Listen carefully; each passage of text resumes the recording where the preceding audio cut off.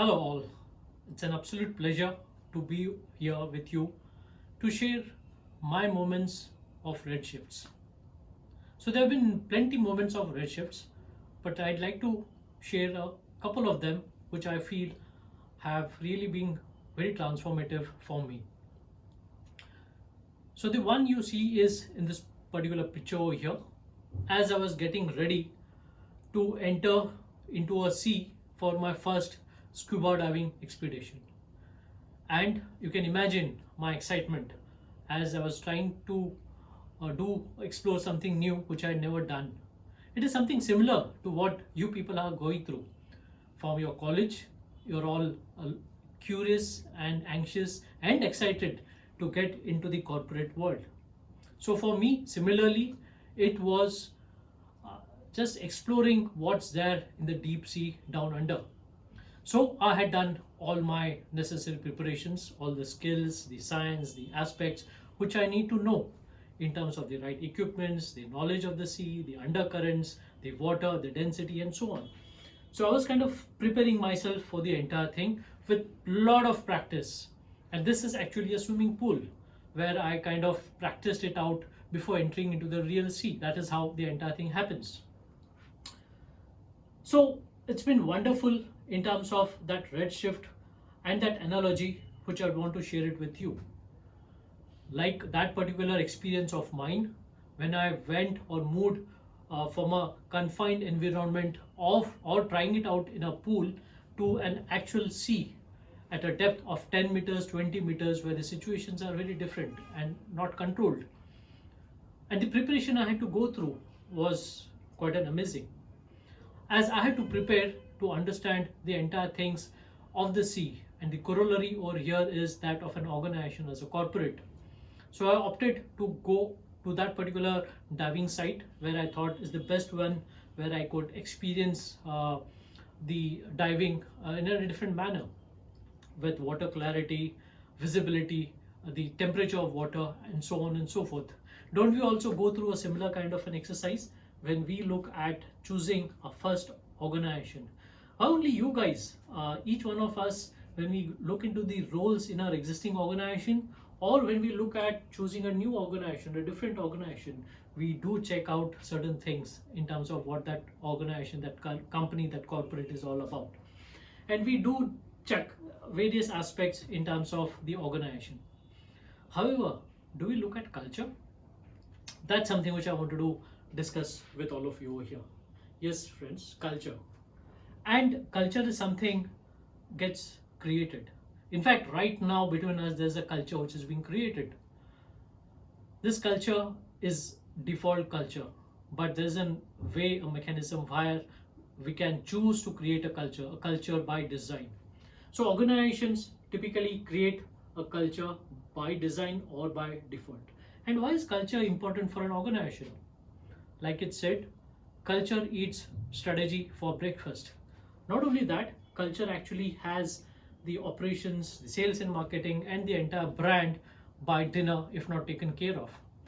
As we enter in an organization, the same aspect of copy, correct, coach continues in an organization. And what happens in an organization, a company, a corporate? We all know some aspects of culture. It could be culture of innovation, where we really go forward to those products, those services. It could be a culture of customer centricity, or it could be a culture of operational excellence. It could be a culture of safety. All those aspects are so important, so real from an organization standpoint. So how do we understand what the culture of the organization is? And why is it important for us? Apart from those cultures which are directly impacting the profitability of an organization, these are the cultures which also have a significant importance in terms of how the organizations are going to be in the future. Gone are the days post-pandemic where working in the office used to be a norm. Now we are all working from wherever we want to. And in the future, it's the entire concept of gig economy, which means people can work from anywhere and from as many number of companies as possible. The entire organization structure, the design, is going through significant change. The old concept of an organization structure, the hierarchy, where the leadership was at the top and execution was at the grassroots level, has actually collapsed, is collapsing. And what's happening is now leadership is at the place where value is created, value is delivered. It could be on the shop floors where value is created, or on the market where value is delivered, or value is experienced. And that is the point where leadership is also shifting towards. So that's one major shift which happened to me, occurred to me when I moved from that swimming pool into that sea, realizing that all that I had done, all that I had known, understood of what needs to be done actually was quite unique, quite different when I actually got into the sea at around 10 meters. I had to adapt. And it was a fantastic experience. And there was an incident which happened, which I'll get onto in terms of the second shift personally for me, and that was more of a within. But staying on the analogy of moving on to a sea, into a sea, and that into a new role, a different company, a corporate, as we all look out for different opportunities. It could be anything. It could be a corporate, it could be a company, it could be even the country where you're shifting, if at all, as well as the communities. There is an element of culture. And why is it important to understand this culture? Coming back to corporate, it's again nothing about the right culture or the wrong culture. I remember my days. The culture used to be that of a sir. The culture was more of a telling, but now the culture is changing. Leaders are asking, and it's not only about information. Earlier days, it used to be all about information, putting on this information, and information getting all the importance. The power dimensions was all around the information. Now there are two more dimensions which have been added onto this particular aspect, and they are really, really important. Not that information is not important, but more than information, now it is energies and emotions which are playing a very vital role in any organization. So friends, all of us are going to get into an organization not only with an information, but also with lots of energies and emotions, and we are going to add on to this in terms of an organization, and keeping in mind the aspect of copy, correct, and coach. So again, when you look at an organization, while we choose an organization, a corporate where we want to get into, we look at various aspects. We look at their products, we look at their employee base, we look at their market cap, we look at various aspects. How many times do we understand, or we want to understand what the culture of the organization is? Research has showed that top performing companies have something which is culture in their DNAs. If you actually look at Fortune 500 companies, you'll realize, and research has showed, that the length of an company is now around 15 to 20 years. So what's happening over there? In the past, the average length of companies used to be 50 years, 60 years. Not that we don't have companies who have longevity. There are companies who are more than 150, 200 years and so on. Having said that, let me get back to the oldest company on this planet. It's actually a hotel in Japan, which has been there since 707 AD. Imagine what would be the culture for that particular organization, which has been there for over decades and still doing quite well. There is some element into it. That is that aspect of culture. So coming back to high performing companies, there's this research which shows that there are 11 core values which determine what a high performing company is. And not every organization would demonstrate these 11 values, but they are around systems perspective. It could be around visionary leadership. It could be around customer centricity, valuing people, agility and resilience, organizational learning, management by fact, societal contributions, ethics and transparency, and finally delivering values and results. So all that is a combination of what we call the 11 core values, and organizations actually work on those core values, and over a period of time those values get embedded in the organization, the way the organization is looked at. So what are those core values, and what are the resultant cultural aspects? Like I said, it could be high innovation culture, operational excellence, customer centricity, people orientation, so on and so forth. So isn't it worthwhile to understand what the values of the organization are and what's the culture in the organization? And again, there's nothing a right culture or a wrong culture, but there could be a positive culture. And how can we add to the positivity in the organization in terms of positive culture? So this was one insight, a significant redshift for me when I took this analogy of me getting into an organization and me getting into the depth of waters, and how do I prepare myself. It's quite a unique realization which happened for me. Now let's move on to the second aspect, the redshift, and the redshift which was within. And I mentioned that there was an incident, a very powerful incident which happened, and thankful for that particular incident, which I'll be sharing with you. So this was probably my first or second dive uh, in the seas. At around 10 to 12 meters, I suddenly realized there was some water which was seeping into my mask. Of course, I had done all the necessary precautions and I knew what are the techniques which need to be used to kind of blow off that water, but something somewhere didn't work right.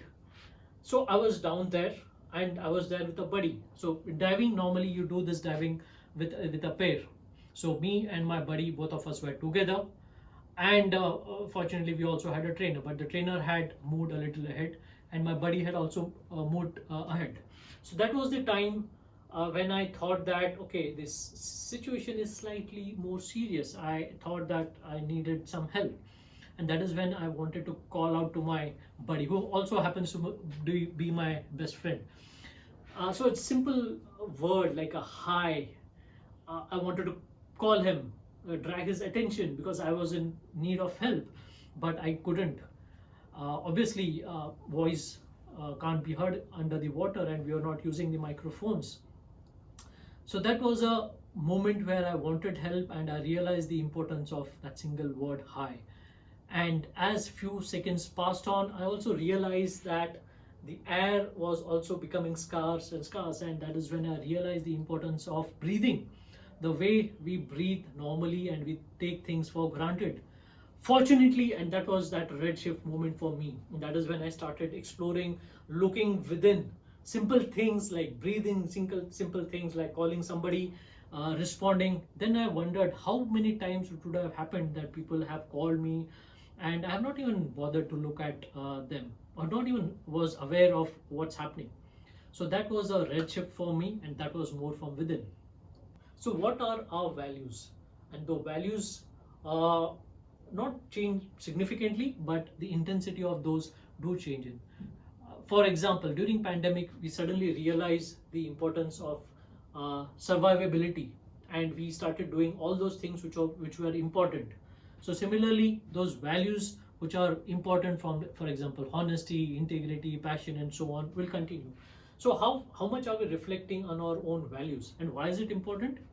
Because the way we behave, the way we feel, the way we think actually goes back to our values.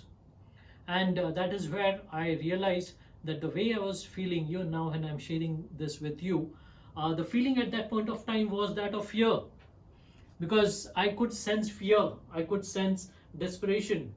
But now when I think upon it, when I reflect upon it, I realize that that incident which led to that particular thought, that thought could lead to a feeling. But now if I'm aware of it, I'm able to regulate it. And that is the point I wanted to bring to your notice. Two words: awareness and regulation. Are we aware of our own feelings? Are we aware of our own thoughts, thinking patterns? And where those thoughts, thinking patterns are coming in from? Our values, our belief systems. So one is being aware, and second is being able to regulate those thoughts or those feelings. That becomes very important. And post that, I've done multiple dives. Had it been that fear, I would never have got back into the water. But I was aware that what had happened, and I'm also aware that that insight needs to be shared with as many people as possible. That is the awareness that I got, and the regulation. So as we prepare ourselves to get into an organization, to understand the culture, to add positivity to the culture, it's also important to be more reflective, be more aware of our own values, our own beliefs, and focus a little bit more on our internal redshifts. What's happening deep down within us? are we able to link those values to our thoughts or thinking processes, which ultimately lead to those feelings? Feelings could be positive, good, excellent, joy. It could be the other way around also. It could be fear, anxiety, and so on. And more important, once we realize that feeling, are we able to regulate it? Why that's important is, once we get into an organization, we'll be working with many people from within the organization, our stakeholders, our customers, our partners, everybody, and they would all be coming there in the organization with their own set of values, with their own sets of beliefs, their thought processes, and their feelings. Will we be aware of those? Maybe, maybe not. Will we be able to regulate their thought processes, feelings? Certainly, it's going to be very challenging. So the entire construct of being aware and being able to regulate our thoughts and feelings, and being able to appreciate the awareness of others, their thoughts, their feelings, but certainly very difficult to regulate others, is going to be very important for us. And that is the power of redshift that happened to me, and something which I really treasure quite a lot, in terms of the confluence of the redshift within me and the redshift which is happening outside. And the redshift which is happening outside is at a humongous pace.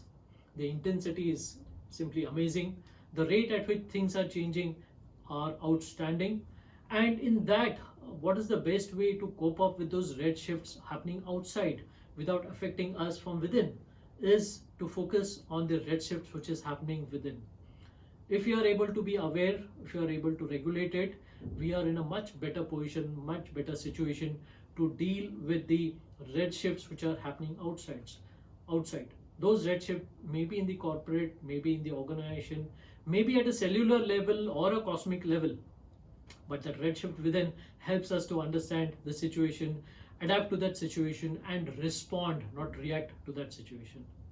So friends, that was my story of the red shift and the journey which I have embarked upon thanks to scuba diving, where I have realized the red shift within me is so important to deal with the red shift which is happening around.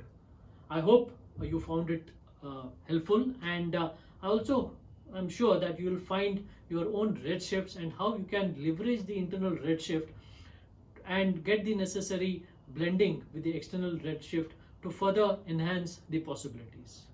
With that, I'd like to thank you very much and wish you all the very best.